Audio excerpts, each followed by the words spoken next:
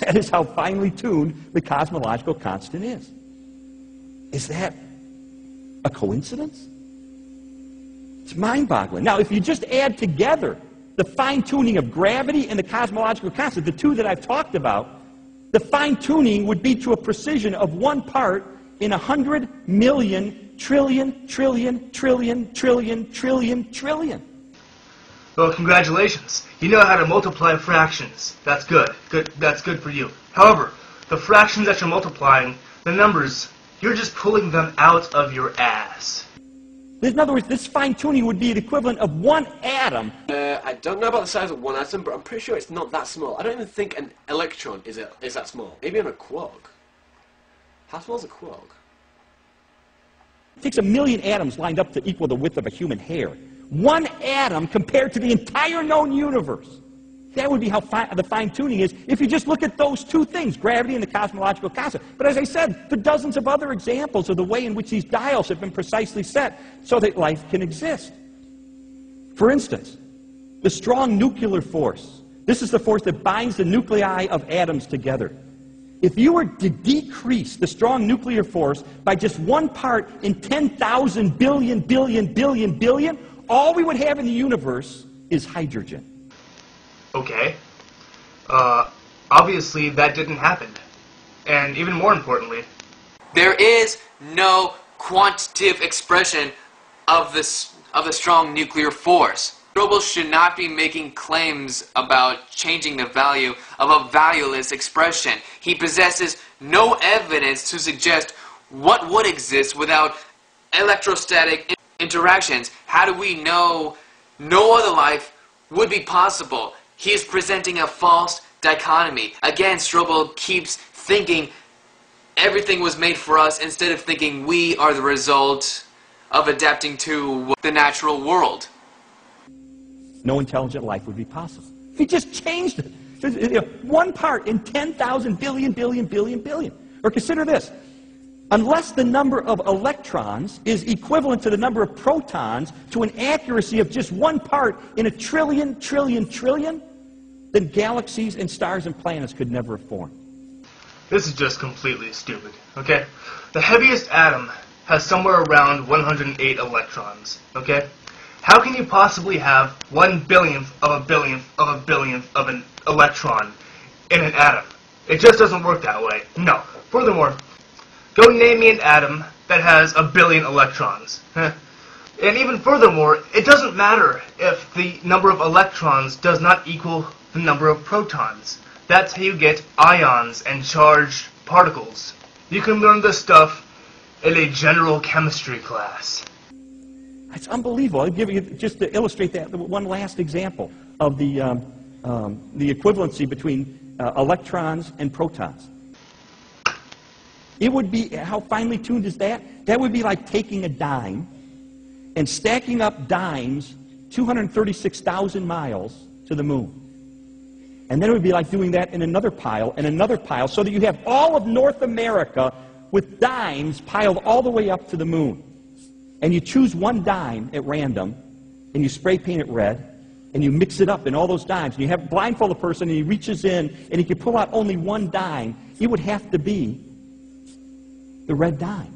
In other words, his chances of pulling out the red dime would be one chance in a trillion, trillion, trillion. Yes, yep. You're right.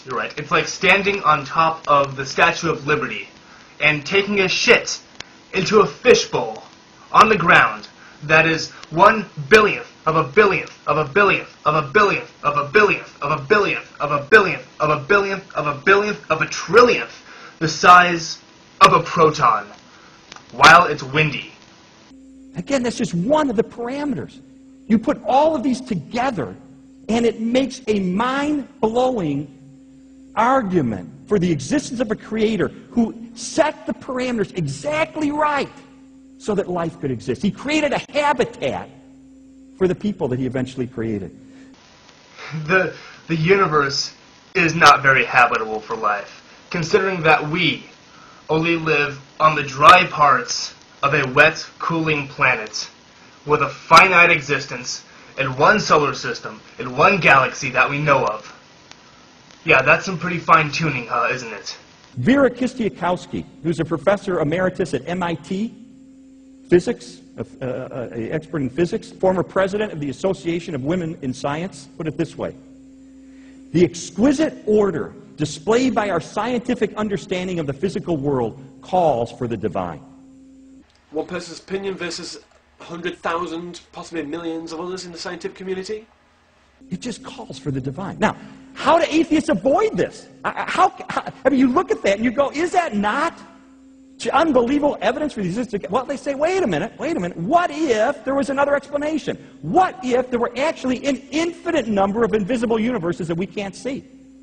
And by chance, the dials, all these dials and they're spun at random. And because there's an infinite number of universes, we happen to be in the lucky universe. We happen to be in the one that had the dials, by chance, hit the exact right calibration so that life might be possible. And that's the only way I've seen that atheists have been trying to argue against this evidence. Because if you look at it as face, it is almost conclusive that God exists. The problem with that argument is there's absolutely no evidence of an infinite number of other universes. No evidence of an infinite number of universes? Tell me, dude, what puts the brakes on quantum fluctuations? What stops the inflation at just the right time? I find this funny because I frequently come across Christians trying to defend their own belief of God by saying he's hiding in another universe, in another realm, dimension or something, which is why we can't observe him in this one. These ones is basically saying that other universes can't exist. So if we do want to assume that this is the only universe, that means God is limited to this universe. Oh my God, he's limited to something. So if he's in this universe and only this universe, why can't we observe him? Besides, as one physicist told me, I interviewed him for my books, named Robin Collins, interviewed for The Case for a Creator. Oh, great. Robin Collins. Now I'm going to give you a little history background about this guy. He is a professor of philosophy at Messiah College. He's a PhD in philosophy, but he dropped out of the PhD in physics program at UT Austin. His actual studies conducted in philosophy, not physics or mathematics. And to see a full refutation of all of Collins' claims, link to the sidebar. He said, you know what, even if the atheists are right, and there is an infinite number of other universes, it would provide only further evidence for a creator. No, this isn't right, because the theory that's been put forward is that at the start of the Big Bang, there are many universes created, and each universe has the laws set at random. So you're trying to argue that because all these universes exist, there must be a creator.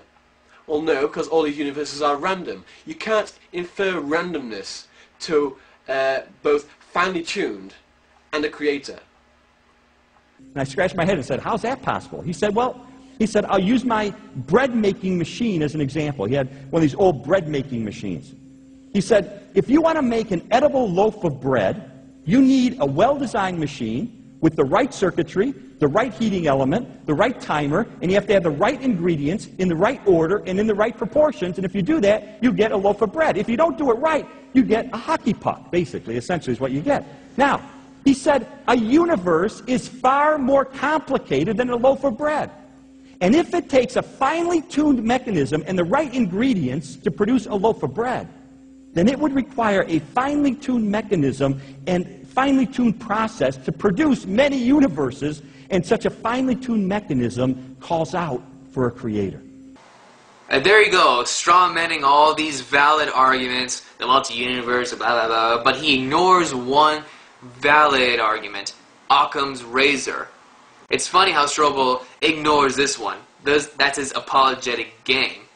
Anything that easily refutes his word, he ignores it, to make it appear to the audience that no other valid counter-argument exists. Way to go. So either way, the creator wins. So I believe that the evidence of physics by itself is so powerful. In fact, it was so powerful, it was successful as being a major reason that an atheist, educated at Harvard University, a professor at Georgetown University named Patrick Glenn, it was a central reason why he moved from atheism to Christianity. Patrick Glenn, again, we just come back to another person's opinion, but if you want to talk about how many people have turned from atheism to theism, then I'm pretty sure the ratio of that from theism to atheism is substantially greater.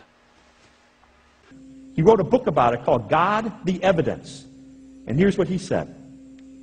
Today, the concrete data point strongly in the direction of the God hypothesis. Those who wish to oppose it have no testable theory to marshal, only speculations about unseen universes spun from fertile imaginations. Ironically, he said, the picture of the universe given to us by the most advanced 20th century science is closer in spirit to the vision presented in the book of Genesis, book of Genesis, book of Genesis, book of Genesis, book of Genesis. And there you have it. Lee Strobel, ladies and gentlemen.